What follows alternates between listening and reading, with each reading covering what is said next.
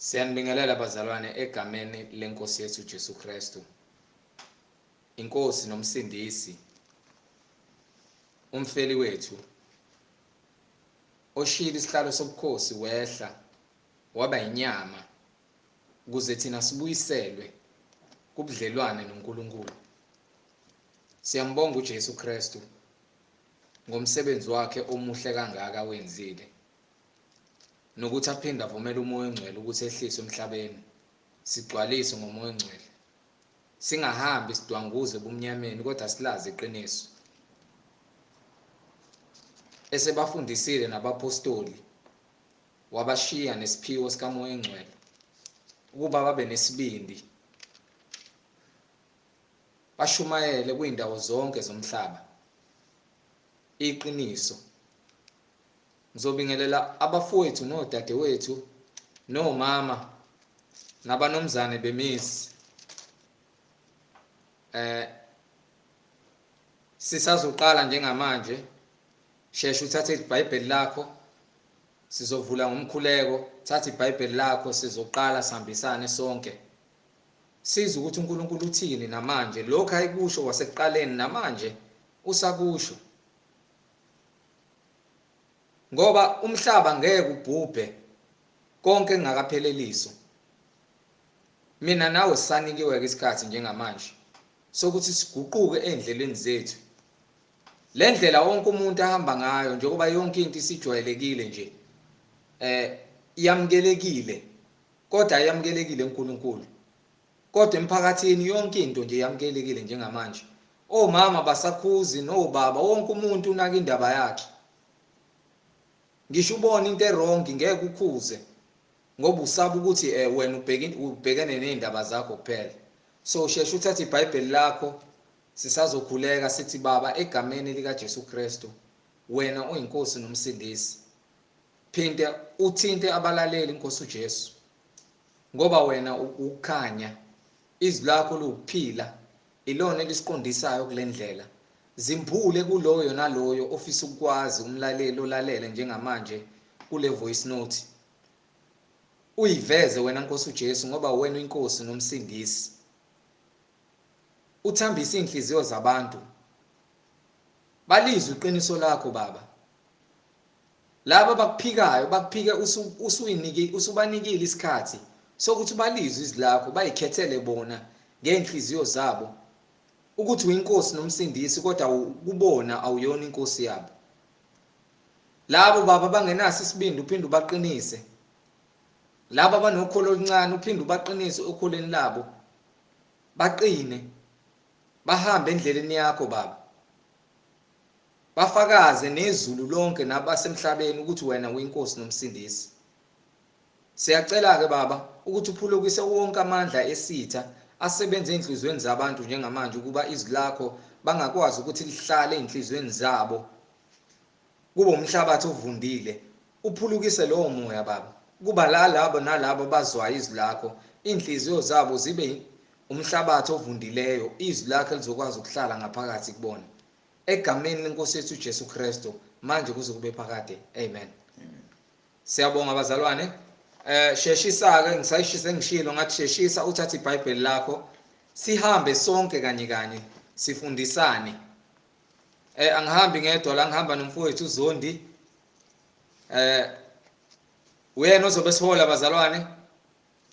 Sivula incwadi, sifundisana. Abanemibuzo-ke bazosithinta ekugcineni. Amen. Over to you Nondaba. Sanibingelela bazalwane ngegama lenkosi yethu uJesu Kristu ongumsindisi, nobaba wethu osezulwini, inkosi yakho konke okungaphansi kwezulu nomhlaba, umnini imandla wonke, okuyena odale izulu nomhlaba wasinika ukuphila, okuyena futhi ongumphethi, ungumqali and ungumphethi. Akukho okuzokwenzeka okungekho ngaphansi kwamandla akhe. Noma ngabe kuthiwa uzitshela ukuthi wenzani, ukwenza ngentando kaNkulunkulu, ngoba yonke imimoya iphuma kuNkulunkulu. uNkulunkulu usinika intando yokuthi sikwazi ukuthi sithathe izinqumo, sikhethe phakathi kokuhle nokubi.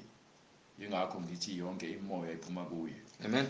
So uma kuwukuthi konke kuqhamuka kuNkulunkulu futhi umnini mandla wonke, uyena ophethe zonke izintambo, uyena odonsa zonke izintambo ukuze unyakaze, uyena odonsa izintambo. Mzukanekelile ukudonsa izintambo, njengoba sezushaya, uyobe sohamba uyolusa amadada, engaba yaluswa namadada noma yinto nje eshiwoyo. Ngoba phela lapha yana kufuneka abantu bahlulelwe ngokuphila kwabo emhlabeni. Amen. NgeBhayibheli akuyona into yokuchomelana iBhayibheli. Mesikutshela ukuthi eBhayibhelini wena ufuneka ulazi iBhayibheli lakho, sikukhombisa ukuthi esontweni lakho abashumayezi Amen. ngezinto ezikeBhayibhelini. Hayi ukuthi umhlengi uzama ukukuchomela ngalokho. Angikubizeli futhi enkolweni yami, anginayo inkolo. Kodwa umzimba munye. Amen. Inkolo yinye. Umbhabhathiso munye. Yes, Lord. uKristu, konke kukhomba kuKristu. Amen. So uma ngikukhomba eBhayibhelini wena ngikutshela ukuthi le ndlela ohamba ngayo akuyona, nawe futhi ubona, kodwa futhi uqhubeke wena ufuna ukuhamba ngenkani ngale ndlela ohamba ngayo. Wena uyazikhethela ukubhubha kwakho manje usaphila ngoba wenza izinto ukuze ugculise inyama yakho noma ujabulisa abantu osondelene nabo, kodwa ngaphakathi enhlizweni uyalazi iqiniso. So angeke size sinikhalele, angeke futhi size sinihleke. Kodwa ke sobahleka abafundisi benu ngoba lisho iBhayibheli lisho njalo lithi umprofeti uElijah wabahleka. Amen. Ethi abahlabele phela onkulunkulu babo bababize babasize. Amen. Ngesikhathi zokugcina. Bakhala usuku lonke bebiza uNkulunkulu wabo baze bazisika. Wayesebahleka uElijah wathi mhlawumbe uNkulunkulu wenu usalele. Amen. Mhlawumbe khona le esaye khona. Amen. Mhlawumbe ufuna memeze kakhulu akezwe. Haleluya, haleluya. Inkinga ke ngalabo uNkulunkulu enibakhonzayo, nikhonza uNkulunkulu abaningi kakhulu, nize nidideke nilahleke. Mangezwe. uNkulunkulu yedwa ungumoya, umoya weqiniso. Uma uhosha ngomoya kaNkulunkulu, uhosha ngomoya weqiniso nomoya wokulunga nowothando. Namanje na ke sovula incwadi engcwele. Sifuna ukunitshela hambe kwincwadi kaJohane. Isahluko sika 8 starting from verse 21. uJohane ubhalile lapho ukuthi uJesu Kristu wathini kulabo babengafuni ukukholwa. Amen. Amen. Hallelujah. Incwadi ngokukaJohane isahluko 8 iverse 21. Yes sir. Khona waphinde wathi kubo, ngiyamuka mina, niyakungifuna, nifele ezoneni zeni, lapho ngiya khona mina, ningeze nina. Ophinde ufunde. Khona waphinda wathi kubo, ngiyamuka mina, niyakungifuna, nifele ezoneni zeni, lapho ngiya khona mina, ningeze nina. uJesu Kristu wabatshela ukuthi usezohamba. Amen. Ngenxa yokuqina kwamakhanda abo nangenxa yokuba lukhuni kwezinhliziyo. Amen. Abafuni ukukholwa. Njengoba echaza ukuthi ke ngiyahamba. Amen. Nizongifuna. Amen. uJesu Kristu wayisho lento le ngokomoya kwincwadi yezaga isahluko sokuqala verse 28. Noma ungaya kwincwadi kayokuqala kaSamuel isahluko sika 8 verse 18, nakwincwadi kaIsaiah futhi ikhona, kodwa uhamba obheka lapha kwincwadi yakhe izaga noma kuSamuel, phakathi kwazo zombili, ukuthi abantu bayazikhethela ngoba banikiwe intando yokuthi bazikhethele ukuthi fanele benzeni. Njengoba unikiwe intando unikiwe nentando futhi ukuthi uzikhethele ukuthi ufuna esihogweni ulazi iqiniso ngenxa yokuthi unqabile iqiniso usaphila unegugu noma unethemba lokuthi wena uzoxolisa ngosuku lokugcina mase uvele ucisha ugesi noma ucisha isibani ungakoxolisi uvela ufe ebusika kuyabanda ebusika ugodole ebusika kungeke ukufica usuku lokuthi uthole ukushisa uthola ilanga uthole nokukhanya ngoba yini awufunanga ukuzehlisa uthande wena ukuthi ufe uguqubele noma liguqubele kubanda awuyifundi ithini incwadi Izaga zokuqala incwadi Izaga isahluko sokuqala verse 28 iverse 28 khona bayakungibiza kepha angiyikuphendula khona bayakungibiza kodwa angeke ngize ngiphendule bayangifunisisa kepha abayikungifumana kepha angeke baze bangithole. You understand? Ithini ngalincwadi kaJohane. Hallelujah, glory to God. Uthi uyahamba. Amen. Ngoba ngifuna ukuzwa. Ngoba ngifuna ukulalela. Nizofela ezonweni zenu. Amen. Khona waphendule wathi kubo. Mina ngiyahamba mina. Niyakungifuna nifele ezonweni zenu. Niyakufela ezonweni zenu. Lapho ngiya khona mina. Ningezi nina. Ngeke nize. You understand? Ngeke usho uJesu Kristu. Uthi ngeke. Hallelujah. Hallelujah, glory to God. Ngeke nize. Ngoba ninenkani. Nithanda ukujabulisa inyama. Nithanda ukujabulisa abantu. Nithanda ukuba yizoni.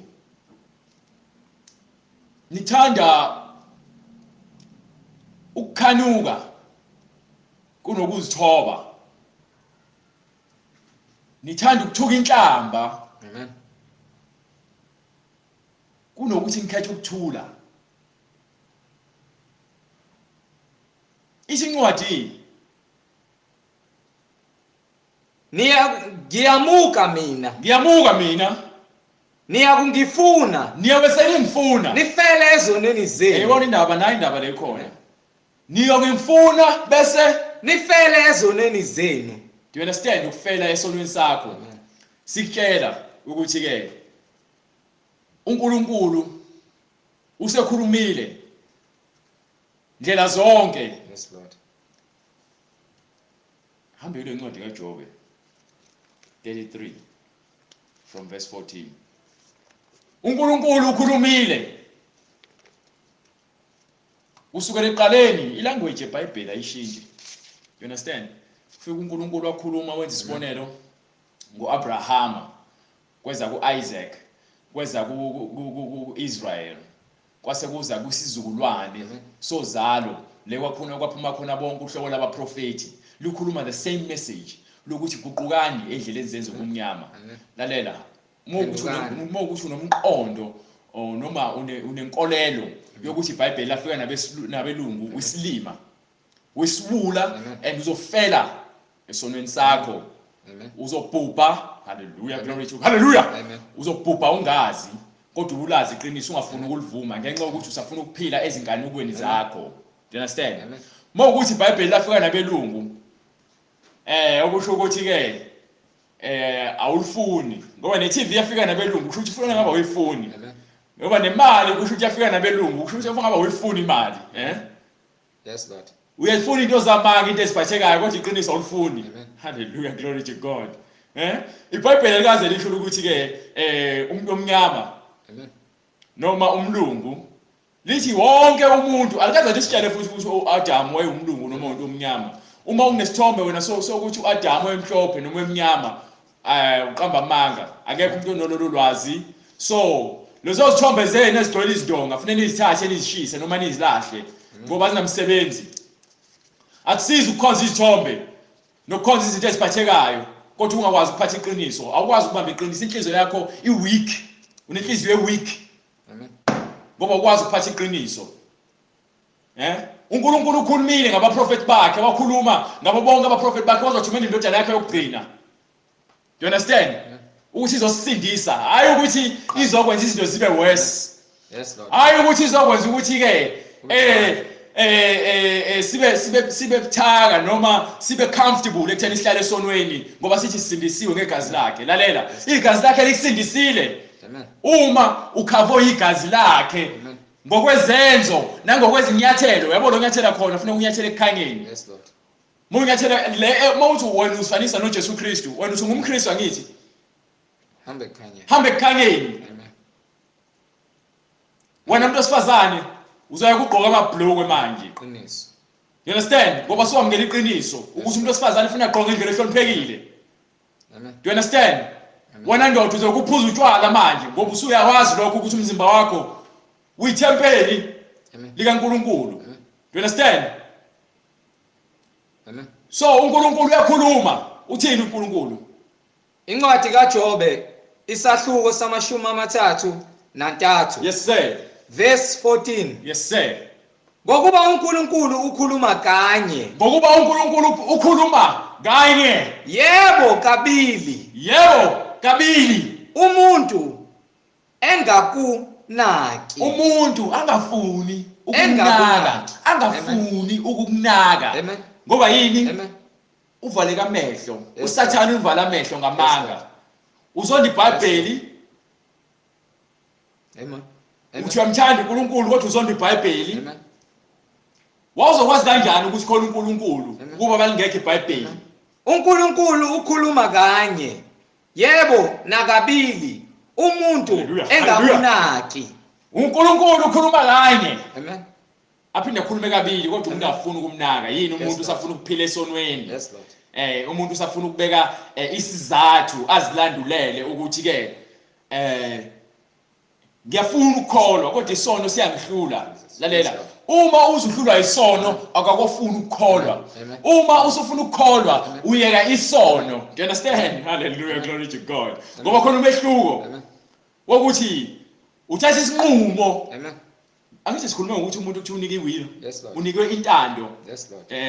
Uma wangiqamba wathi nguntando, angizange ngithande lo gama ngalishintsha. Ngazibiza ngomhlengi. Amen.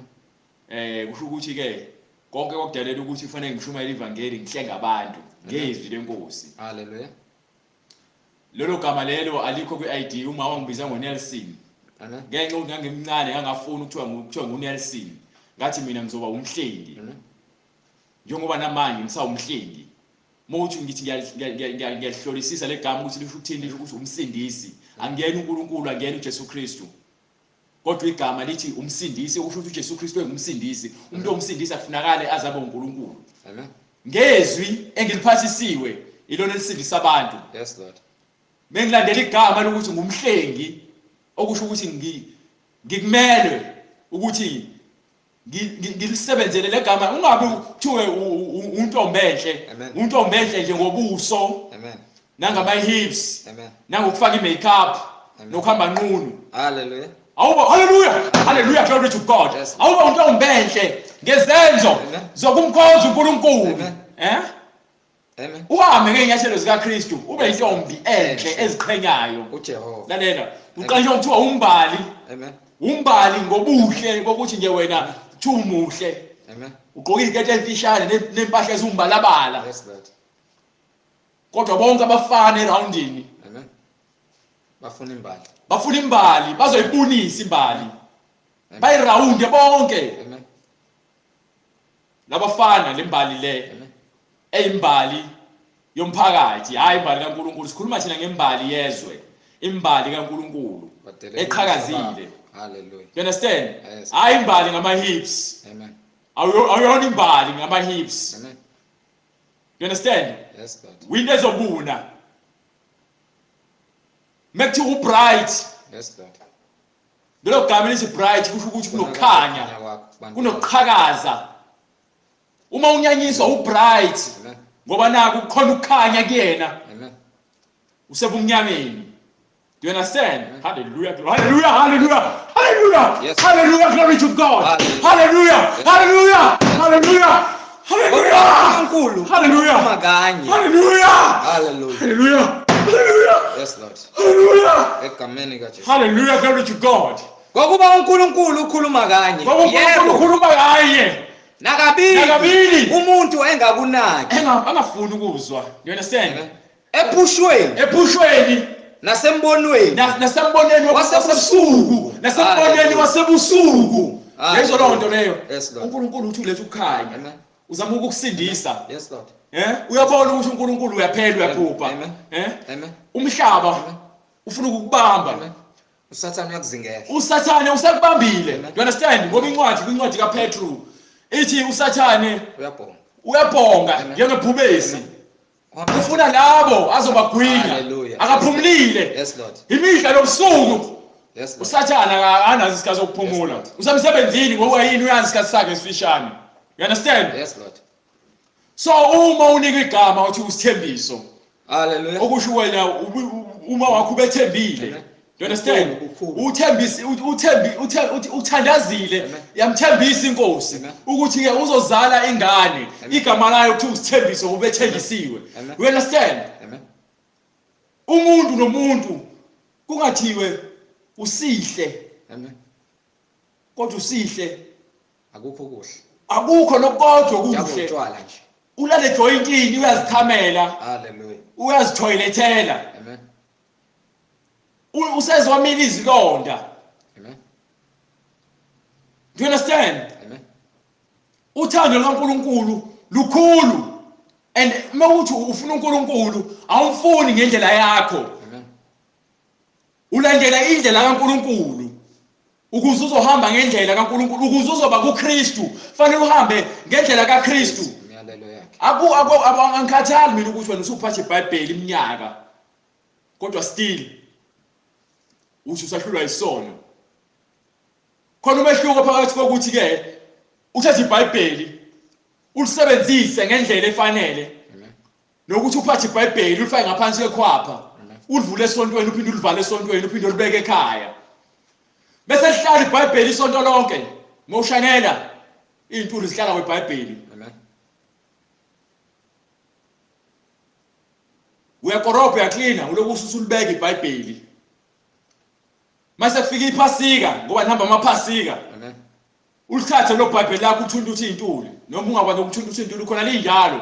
Mase ukuthi bantu ulidala iBhayibheli lami inkunzi endala. Inkunzi endala engenamsebenzi ongayisebenzisi. Hallelujah. Do you understand? Yes Lord. Phela inkunzi iyakhiqiza ngithi. Amen. Wena wayele iBhayibheli lakho ngakhiqizisa izenzo ezinhle. Amen. Yes Lord. Igama lakho kuthi usiyabonga. Igama lakho kufanele kube usiqalekiso. Amen. Amen. Uthi usiyabonga. Bayisola abazali. Abazali bayazisola. Amen. Uyamithisa. Amen. Uyantshontsha. Awufuni ukusebenza. Ugwaza abantu. Amen. Uhuqa insangu. Kodwa usibusise igama. Amen. Thi usibusiso. Kodwa ubusise. Uthuka inhlamba. Hallelujah. Lonke igama esilitholayo kufanele libe ne-meaning, umninilo mesiyalilandela. Asazi ke bethu oAyanda noma oAndile lo magama asho ukuthini yonxolelo. Ngoba phela kufanele sazi igama negama ukuthi lisho ukuthini. Yes Lord. Kufanele siqonde. Ngoba yini igama negama umuntu ufanele alandele ngesenzo. Amen. Akekho umuntu ozobizwa ngumfundisi kodwa ephakamisa ibhodlela likaBhiya ephuza utshwala. Amen. Ebhema nogwayi. Wena uyena umfundisi kaNkulunkulu, umfundisi kaSathane. Usebenzela uSathane, uSathane uyakusebenzisa awunokusebenzela yena. Amen. Ngoba ukubambe ngamanga wakukhohlisa. Uthi uma uvula iBhayibheli uzibone ngathi ungcwele. Mase ulivalile iBhayibheli, still uzizwe ngathi ungcwele. Uthathe lokho ayushikise ukuthi wathi uNkulunkulu uzo-understand. Ayikho lonto. Ithini incwadi kaJobe? Ngokuba uNkulunkulu ukhuluma kanye. Yebo, kakhuluma kanye, yebo kabili. Umuntu engakunaki. Yebo umuntu afuna ukuzwa. Epushweni nasembonweni wasebusuku. Wasebusuku. Lapho abantu behlelwa ngubuthongo obunzima. Bozele emacansini. Yabona uNkulunkulu ufuna ukukusindisa. Amen. le message uyizwa ngisho ephupheni. Amen. Uphuphe ngithi mina ngithi phendukani. Yes, Phendukani. Yes, Lord. Ulokuphupha lonke uzuphupha Yes, Lord. uvuka ukhahlela ingubo. Yes, Lord. Uyavula izindlebe zabo ukulaywa. Asho ukuba babuye ebubini. Yayizwa lonto le. Job 30:36. Uyabizwa uvula indlebe yakho. Athi inkosi athi indodana yami. Yes, ma'am. Ndodakazi yami. Amen. Buya ebubini. Do you understand? Amen. So, uma sibiziwe sonke kungekho khethiwe. Yes, Lord. Akuyena uNkulunkulu abantu abamnyama. Akuyena uNkulunkulu abantu abamhlophe. Uthi udale konke okusezulwini nokusemhlabeni. Umdali wezulu nomhlaba. Nakho konke okuphakathi emhlabeni okwakhe. Umnene manje. Hayi ukuthi ukubolekile noma uadoptile. Okwakhe. Singaba kaNkulunkulu. Yes, Lord. Hambe ngale ncwadi kaJohane. Kodwa haleluya. Hallelujah. Ukuthi wena okaNkulunkulu akusho ukuthi sosindisiwe ngaloko. No. Amen. Uthini uJesu Kristu kwincwadi kaJohane chapter Hallelujah. 20 chapter 8 verse 21. Yes, Lord. Khona waphinde wathi kubo, ngiyamuka mina. Niyakungifuna nifele Ngiyamuka ezoneni mina, niyakungifuna kodwa nifele ezoneni zenu. yabona bese ufuna into Yes, Lord. ungasayitholi. Uyifuna into ungayitholi. Lafezeke. Ilesikhathi ekwenzeka sona khona manje njengoba sikhuluma nani. Lafezekiswa. Liyafezeka isiprofeso siyagcwaliswa. Ngoba yini umfundisi wakho akashumayeli ngesono. Amen. Awukwazi ukuthi awukwazi ukuthi yini ukuguquka. Awukwazi ukuthi yini ukuzisola. Awazi lutho, awukwazi ukuhlukanisa okubi nokuhle ngoba konke kuhle kuwena. Kuhle emehlweni akho. Lapho ngiya khona mina, ningeze nina. Ngeke nize le ngiyakhona ngoba ngeke niyazi indlela nizofela ezonweni zenu. Unowa washumayela iminyaka eyikhulu 100 years. Yes. Hallelujah, glory to God. Wasave abantu abawu8 umndeni wakhe kuphela. Kanti shumayelela umphakathi. Yabona noma ngabe kuthiwa ngiyashumayela akekho ophendukayo. Amen. Egameni lokuthi nje ngaliphiphisela ngokweqiniso ngalimela. Amen. Ngiba uNkulunkulu ngalokho ukuthi anginike isibindi. Why labafundisi benu bedlala ngani? Amen. Benikhohlisa. Bedla imali zenu. Do you understand? Buka. Ukesontweni lamaRoma. Amen. Yet noma futhi wena Amen. uyajola. Ukesontweni lamaRoma. Yebo ushadile kodwa wona futhi ujola ngaphandle. Ngikhuluma nje kumanje efonini yakho kunama message amanye amadoda noma amanye amantombazane. Amen. Amen. Ngikhuluma wena uzibize ngeChristianity. Kodwa ugqoka ibhlue esontweni. Ufaka amaqiqi. Amen. Ufaka into zokufakelwa. Hallelujah. Hambe kwincwadi kaJeremiah chapter 4 verse 30. Yonke lemfeketho yenu uyakuthi nibhabhathiswe ngokufafaza ngamanzi ubusweni kuthiwa senibhabhathiziwe. Ingoba ubulungiswa abukho. 34. Jeremiah chapter 4 verse 30. Angikhathali mina ukuthi ngabe unenkani engakanani mhlambe wena ugolozela mina ugolozeli mina. Mina ngifunda into ebhalwe phansi. Umbhalo uthi ke yinye inkolo. Munye umbhabhathiso. Amen. Munye umoya. Yes, Lord. Wonke umuntu ufuneka eze eqinisweni. Wonke umuntu ufuneka eze kuKristu. Yes, Lord. Hallelujah. Akekho umuntu okumele azihambele indlela yakhe. Yes, Lord. Akekho umuntu onelungelo lokuba nesonto lakhe. Yes, Lord. Hallelujah. Neqiniso nokuphila. Lapho usuchithiwe, yabona lapho sebekuchithile umuntu othiwa uchithiwe ngesingisi uspoiled. Most spoiled, utotoswa. Yabona masutotosiwe. Bathi lapho uyakwenzani na? yini ongayenza uma utotosiwe? Ngoba usenzela umathanda. You understand?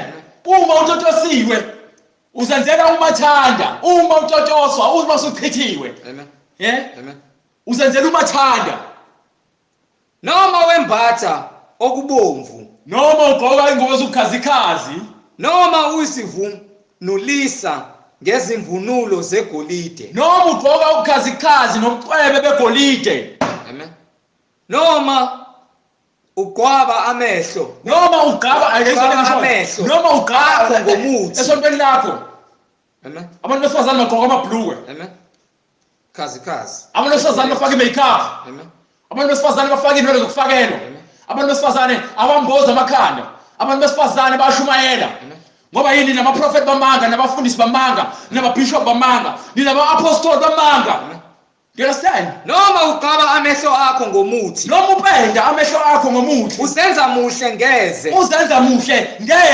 ubuhle bakho buyize you understand izithandwa zakho ziyakudelela izithandwa zakho ziyakudelela ingakho indoda yakho uthi ushade nayo noma ujola nayo ihambe yolala ngaphandle sifuna ukukubulala ngoba yini ke sifuna ukukubulala amen kufanele ufe amen ngokomoya amen nangokwenyama ngoba yini ubulungiswa abukho kunina yes lord yenzo loo nto leyo yes lord sikhuluma ngoJesu Kristu thina lethu ukulunga nokuthula noxolo uJesu Kristu wathi ke makube khona ukuthula ungakuthola kanjani ukuthula uma ungayilandeli imfundiso kaKristu yes lord uma ungahambi ngendlela kaKristu uthi kodwa uyikholo usindisiwe uma usahlebela amadlozi usathuka inhlamba usantshontsha usaqamba amanga usabulala usafisa izinto zabanye abantu ungenalo uthando likamakhelwane wakho yes lord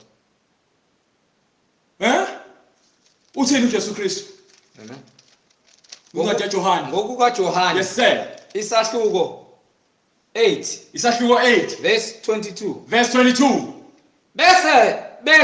base bethi abaJuda imbala uyakuzibulala yini bacabanga ukuthi uzazibulala lokhu ethi lapho ngiya khona mina ningeze nina na ngoba bacabanga ngokwenyama amen ukuyibona futhi abantu abazombulala ibona bambuza lo mbuzo useyazi amen ngoba umoya okuyena uKristu umoya kaNkuluNkulu wazi konke amen do you understand amen so wazi ukufika kwakhe wazi ukuhamba kwakhe yezwa loo nto leyo haleluya incwadi ngokukaJohane isahluko 7 incwadi ngokukaJohane isahluko sika7 verse 33 ngakho ke uJesu wathi kuseyisikhashana ngikhona kini kuyisikhashana ngikhona bese ngimuka bese ngihamba ngiye kongithumileyo bese ngiphinda le ngithume khona niyakungifuna ningangifumani kodwa ngeke nize ningithole hambe kwincwadi yezaga incwadi yezaga noma hambe kwincwadi yokuqala kaSamuel chapter 8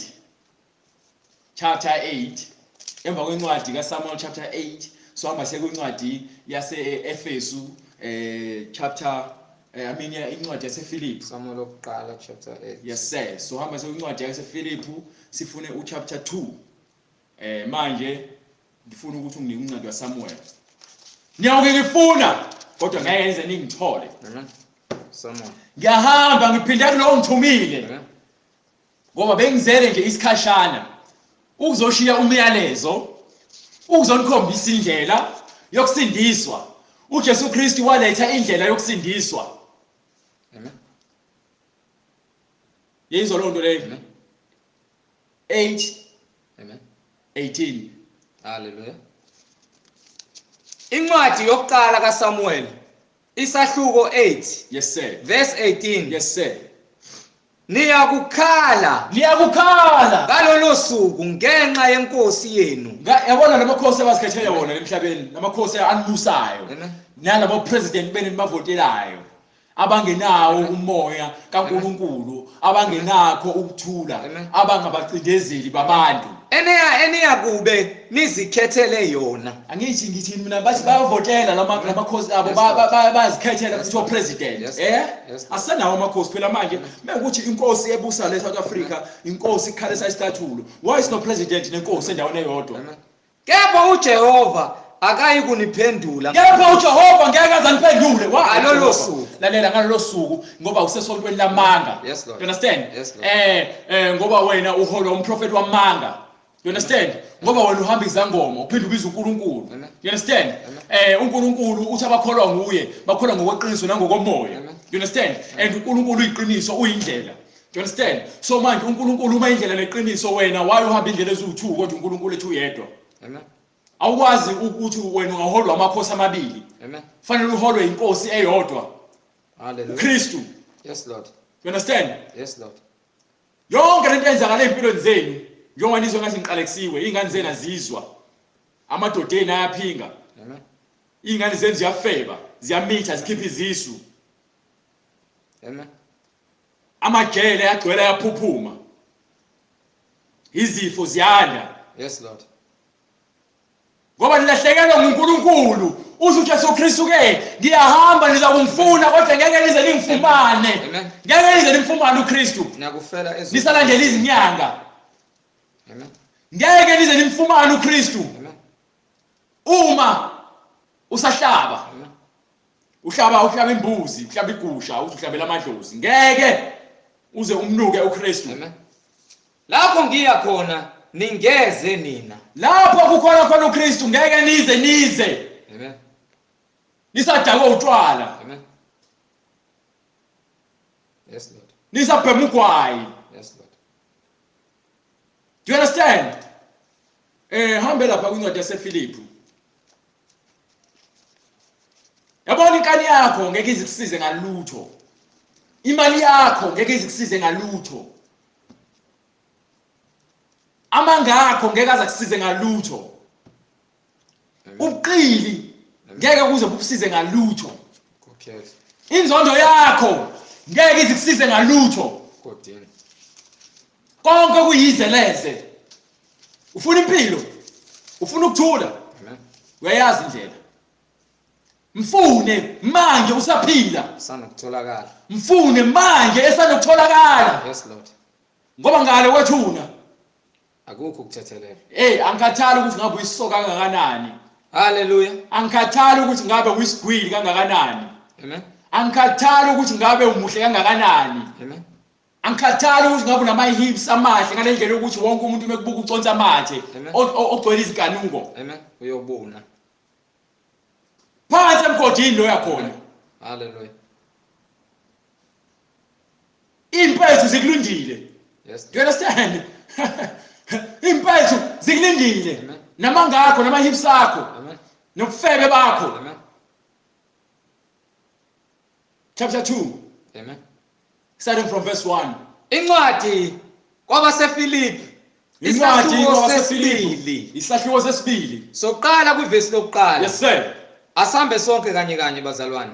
Vula iBhayibheli lakho, funda. Ngakho ke uma kukhona induduzo kuKristu. Ngakho ke uma kukhona induduzo, yabona induduzo ikuKristu. Amen. Uyagcizelela ngapha umpostoli ukuthi ngakho ke uma kukhona induduzo kuKristu. Yes sir. Uma kukhona ukududuzeka kothando. Uma kukhona ukududuzeka kothando. Uma kukhona inhlangano kamoya. Uma kukhona inhlangano kamoya. Uma kukhona isisa nesihawu. Uma kukhona umusa nesihawu. Amen. Gcwalisani ukuthokoza kwami. Gcwalisani ukuthokoza kwami. Ukuba nibe nomqondo munye. Yezwa lonto le. Amen. Wena-ke waye unomqondo oseceleni wokuthi uhlabela amadlozi. Waye unomqondo oseceleni lokuthi ke ukhonza uNkulunkulu abathathu. Waye unomqondo oseceleni wokuthi wena uthi ke khona uthi wena uthandaza ubhabhathiza abantu in the name of the Father, the Son and the Holy Spirit. Waye wena khonza iThixo noNkulunkulu. Uhamba abaprofeti bamanga abafaka abathi babathandazi befaka amanzi bamixe nomalahle bathi ke chela ngawe ekhaya amakhandlela. Hallelujah. Amen. Waye esontweni lakho uvumela abantu besifazane ukuthi bashumayele nibe mqondo munye. Bashumayela mawushumela ngale Bhayibheli, yabona iBhayibheli esiphethe. Nibe mqondo munye. Uzoba mqondo munye neBhayibheli noNkulunkulu noKristu. Ninothando lunye. Ngoba uthando nomqondo munye. Yezwa lonto leyo. Nibe inhliziyo nye.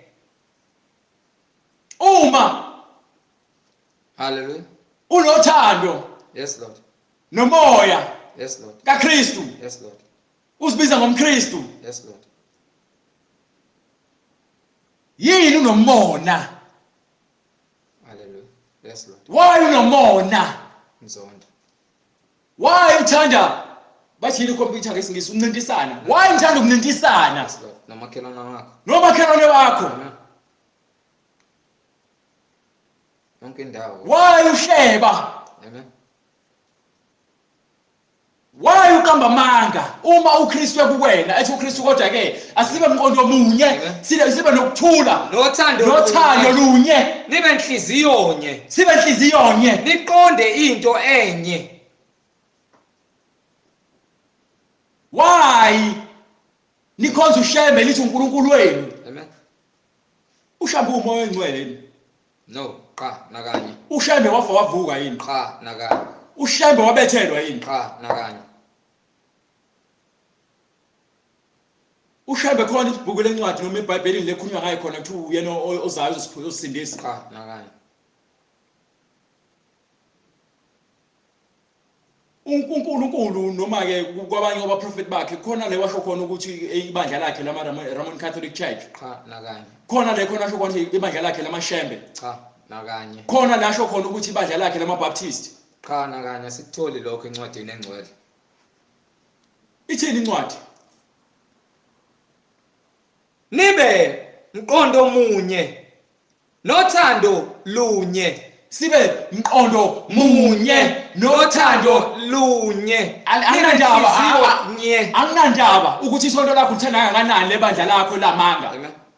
Amen.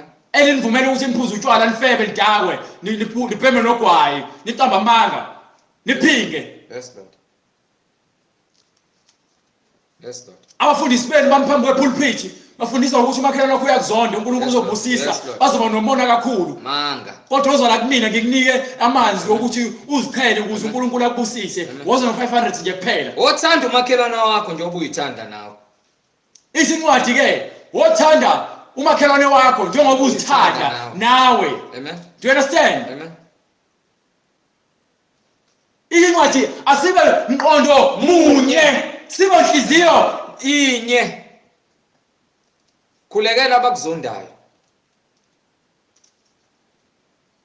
angiyazi mina lento le yabantu bezakhela imfundiso yabo athi mina ke mina ngiyangizonda umakhelwane ngiqhubeke ngimthande khona engizonda noma kuthiwa ngenzani uyangizonda lithi iBhayibheli lithi thanda umakhelwane wakho njengoba uzithanda mawuzonda mina Yes, Lord. uzonda umakhelwane wakho Yes, Lord. mawuzonda igospel uzonda umoya engcwele Mani benhliziyo nye.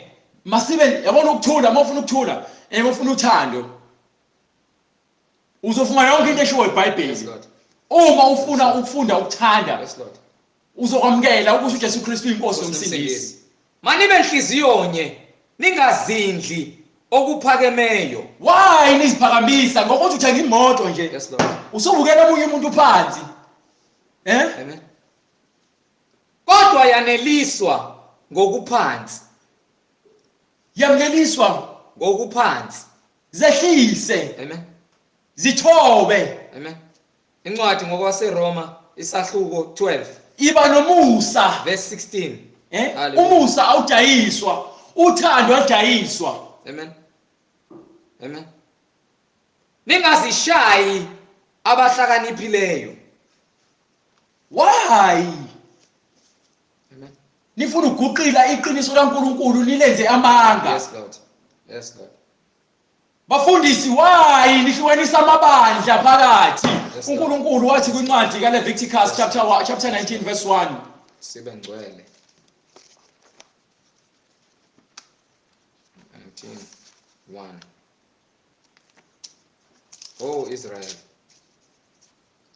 uJehova wakhuluma kuMose wathi incwadi uLeviticus isahluko 19 from verse 1. yes sir uJehova wakhuluma kuMose wathi yisho kuyo yonke inhlangano yabantwana bakwaIsrayeli yisho kuyo yonke inhlangano yabantwana bakwaIsrayeli uthi kubo niyakuba ngcwele niyakuba ngcwele ngokuba mina Jehova uNkulunkulu wenu ngingcwele. So le fishi yamagama lenizibiza ngawo niwathathelaphi uma uNkulunkulu atshela uMoses ukuthi asibe ngcwele? Why ushembe? Why we Christianity? Why we Baptist? Why we non-denominational? Why we Lutheran? Yes, Lord. Why we Pentecost? Why we Roman Catholic Church Apostolic Faith? Amen. Why we Apostle Paul Church? Amen. Nithathelaphi lokho? Ubani umfundisa leyo nto? Ngoba yonke into esikholelwa yiyo nento esilandelayo nento esithi amen yona yinto ebhalwe phansi eBhayibhelini. Akuyona into ethiwe ke umuntu ufuna iqambe. uNkulunkulu uthe ungcwele fanele sibe ngcwele. Why wena uziqamba ngento engekho eBhayibhelini? Amen. Kepha uNkulunkulu wokubekezela nowenduduzo makaniphe nibe nokuqonda kunye phakathi kwenu Yayizwa loo nto leyo. ngokuka Jesu Kristu. Uqonda funeka sibe nokuqonda kunye ngokuka Jesu Kristu. Akushiwo ngokuqonda kaShembe noma ngoApostle Paul. Phakathi kwethu Thina sonke lemhlabeni. Thina sonke lemhlabeni singabaka Kristu. Iyelalela angikhathali ukuthi ngabe nenkane phindanga le ncwadi yaseFilipi uqhubeke. Yes, Lord. Akekho umuntu ozozenzela umathanda. Yes, Lord. Incwadi yaseFilipi verse 5 verse 5. From verse 5. Yes sir. Akekho umuntu ozothi ke uphila ngentando yakhe. Akekho umuntu ozothi yena uphila ngamandla akhe. Akekho umuntu ozothi yena uphethe ukuphila kwakhe. Akekho umuntu ozathi yena ukuphila kwakhe kusemadlozini. Wisilima uma wenza njalo. Uma uthatha impilo yakho inikela komunye umuntu ongasekho emhlabeni. Uma uthatha impilo yakho inikela kumuntu ophatha izitabu zemithi. Uma uthatha impilo yakho uyinikela kumuntu okunika amabhodlela amanzi.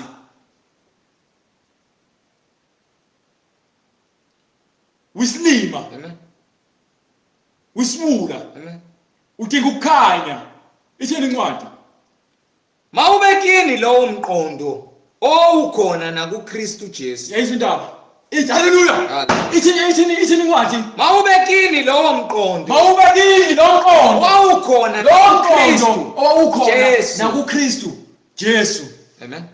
Mawube kunina. Amen. Amen. Lo mqondo lowo Amen. owakuKristu. Amen. Yonke into uKristu afundisa ngayo. Nibe mqondo munye. Kufanele sibe kuyona sonke. Sibe munye. Nibe nothando lunye. Nibe nenhliziyo nye. Angibasola abanye benu. Amen. Ngoba lenhliziyo ezimbi. Amen. Ngoba yini? Sebeshaje noyise uSathane. Yes, Lord.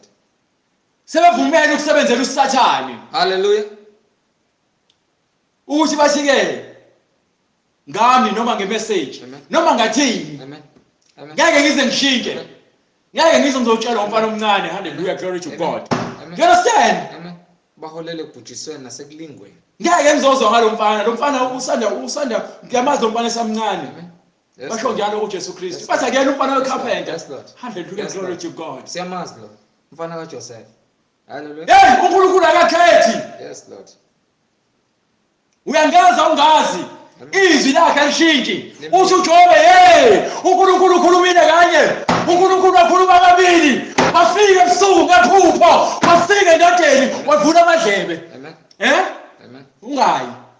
Wavula amadlebe ngoba yini uzama ukuyisindisa. Hallelujah, glory to God. Do you understand? Phendukani. Buya kule ncwadi yaFilipi. Uthi incwadi lo mqondo okuKristu. Mawubekini lo mqondo. Mawungene nakuwena. Wawukhona na kuKristu. Lo mqondo wokuthanda. Lo mqondo wokuthula. Amen. Hliziyo. Lo mqondo wokuba inhliziyo munye nomoya munye. Amen. Mawungene kuwena, why kunzima ukuthi wamukele uKristu? Amen. Why kunzima? Owathi enesimo sikaNkulunkulu. Usuzamukela zonke lezi nyanga wakholela kuzona nalabathakathi wabakholela kubona. Kholwa amanga. Ukholela izinto semhlabeni. Izinto zasezulwini. Uyabalekela kwasezulwini ngoba phethe iqiniso. Hallelujah, glory to God. Do you understand? Amen. ithini incwadi owathi eyisimo sikaNkulunkulu imake owathi eyisimo sikaNkulunkulu owathi eyisimo sikaNkulunkulu uma kuthiwa uyisimo uwumfanekiso kaNkulunkulu osenyameni. Yes Lord. Do you understand? Yes Lord. Uwumfanekiso kaNkulunkulu osenyameni. Amen.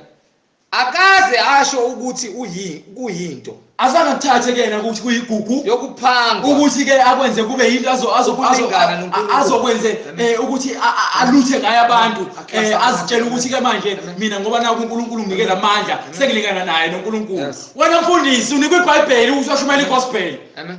Why uxwasa? Amen. Why uqamba amanga? Uphanga Why uphanga ngezwi lenkosi? Why ugebenga abantu? uphanga umbuso kaNkulunkulu uvule yakhe ikingdom. Do you understand? Amen. Lamagama lamabandla enu ngizowavala nonke. Ngalakho umuntu enkani. Hallelujah, glory to God. Qhubeka. Kepha Hallelujah. wazidela Kepha wazidela. ethabatha isimo senceku Wathatha angisho kanjani? Ngithi mina umuntu oyinkosi, Amen. umuntu oyipresident, kufuneka athabathe isimo sokuba. Senceku. You understand? Amen. Akekho umuntu ongaphezulu komunye umuntu. Akekho umuntu ongcono nomunye. You understand? Amen. Enziwe ngomfanekiso Wenziwe ngomfanekiso.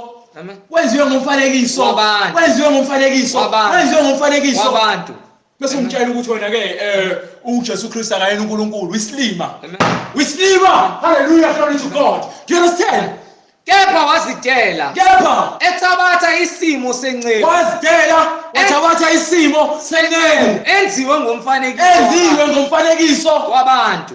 Hallelujah, glory to God. uNkulunkulu weza enyameni, wangena enyameni, wayakha inyama, wangena kuyona, wahlala kuyona, wazidela Amen. ukuze azosikhombisa ukuthi ke fanele siphile kanjani, fanele sithandane kanjani, fanele sibe moya munye kanjani. Yes Lord.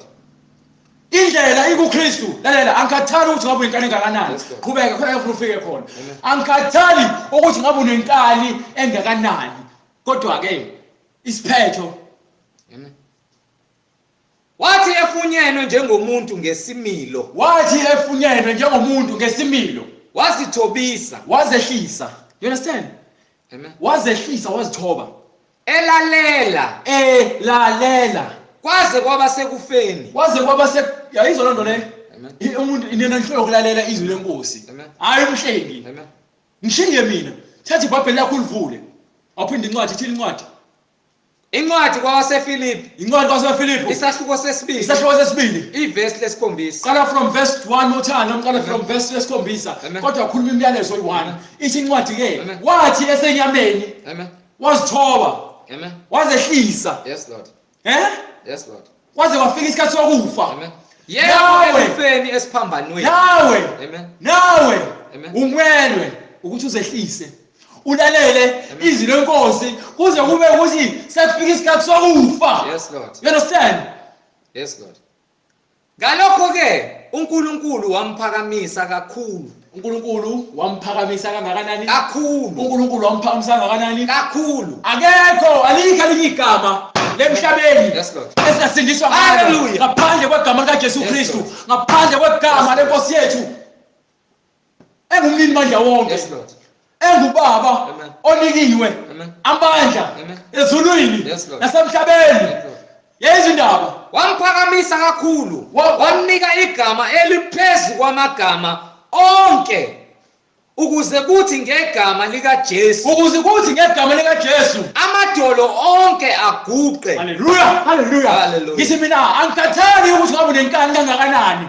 Angikhathali ukuthi ngabe utshela ukuthi wazi kangakanani. Amen. Uthi uNkulunkulu uthini uNkulunkulu? Ukuze kuthi ngegama likaJesu Ukuze kuthi ngegama likaJesu amadolo onke wonke amadolo, wonke amadolo, Hallelujah. wonke amadolo aguqe. awabasemhlabeni Abasemhlabeni, nawabasezulwini abasezulwini, abangaphansi abangaphansi komhlaba, Amen. abangaphansi Amen. asebengcwatshiwe. Amen. You understand? Amen. Bathobela uKristu, Amen. bathobela uJesu Kristu. abasezulwini Abangaphansi komhlaba, abasemhlabeni abasemhlabeni, abangaphansi abangaphansi komhlaba. komhlaba, abasezulwini. You understand?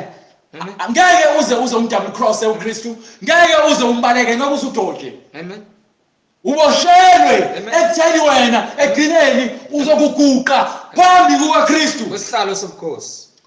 Amen. uzoguqa phambi kukaKristu esekukhomba ethi wena ngikwazi soni ngihamba wesihogweni ngoba ufunanga ukungilalela usaphila angifuni ukulalela Nezilimi zonke zivume ngokuthi ini nezilimi zonke zivume ngokuthi uJesu Kristu no Uyinkosi. ufuna kahle nezilimi zamazulu nezilimi zonke zivume nezilimi zamandiya nezilimi zonke nezilimi zivume zabokufika nezilimi zonke zivume ngokuthi nezilimi zonke zivume ngokuthi uJesu uKristu uyinkosi izindaba kube inkazimulo kaNkulunkulu kube yinkazimulo kaNkulunkulu uyise Yes. ngicela ungifundele le verse nezilimi zonke hlehla zivume kancane ukuze kuthi hlehla ngalokho ke uNkulunkulu wamphakamisa kakhulu uNkulunkulu waphakamisa uJesu Kristu kakhulu lalela Hallelujah. uJesu Kristu bambulala bambethela Yes Lord. bathi baqedile waphuma umoya Yes Lord. bathatha isidumbu basifaka ethuleni Yes. after 3 days savuka isidumbu Yes Lord. savuka isidumbu sasiyinkazimulo sahlala 40 days emhlabeni after 40 days sakhushulelwa ezulwini ithini incwadi Ngalokho ke uNkulunkulu wamphakamisa kakhulu waphakanyiswa kakhulu akukho khulu ukuthi ukhulu ngaphandle kukaKristu omkhulu ngaphezulu emhlabeni omkhulu ngaphansi emhlabeni omkhulu phezulu ezulwini wamnika igama eliphezulu kwamagama onke igama likaKristu liphezu kwamagama onke igama likaKristu liphezu kwamagama onke angikhathali ukuthi ngabe ukhonza ushembe noma ngabe ukhonza uPope Francis Pope indoda leyo holy bandla lamaRoma noma ngabe ukhonza umfundisi wakho noma ngabe unomprofeti wakho oyifavorite yakho lo mprofeti wakho imfishi uJesu Kristu uyinkosi akekho ongaphezu kwaKristu uJesu Kristu uyinkosi akekho ongaphezu kwaKristu uJesu Kristu uyinkosi yonke lemfishini niyenzayo lokuthi nihambe nikhonza bonke abantu nibabiza ngoNkulunkulu nami nikhonza zonke izithixo nizibiza ngoNkulunkulu imfishi kuyizeleze uJesu Kristu uyinkosi kube inkazimulo kaNkulunkulu. do you understand Amen. asincengeli ngegospel nesikele iqiniso njengoba linjalo Yes. you understand and igospel kufanele ishunyeliwe Amen. yezo lonto leyo Izizwe zonke. izizwe zonke before umhlaba ubhubhe Yes Lord. fanele igospel ishunyayele eqala ingakho sintshela sithi Amen. wonke amadolo Amen. azoguqa Amen. phansi Amen. zonke izilimi Amen. zonke izilimi Amadolo onke aguqe. wonke amadolo Awabasezulwini abasezulwini nawabasemhlabeni yilabo basemhlabeni nawabangaphansi komhlaba yilabo abangaphansi komhlaba nezilimi zonke nazo zonke zivume. izilimi amkhathali China India Amen. Zulu Xhosa Amen. Sepedi Amen. basho wacima kwavutha zivume ngokuthi ngiyavuma uJesu ukuthi Kristu uJesu Kristu uyinkosi. uyinkosi nomsindisi Amen. you understand Amen. Act 2:38 Kube inkazimulo kaNkulunkulu. kube inkazimulo kaNkulunkulu uyise Amen. you understand Hallelujah.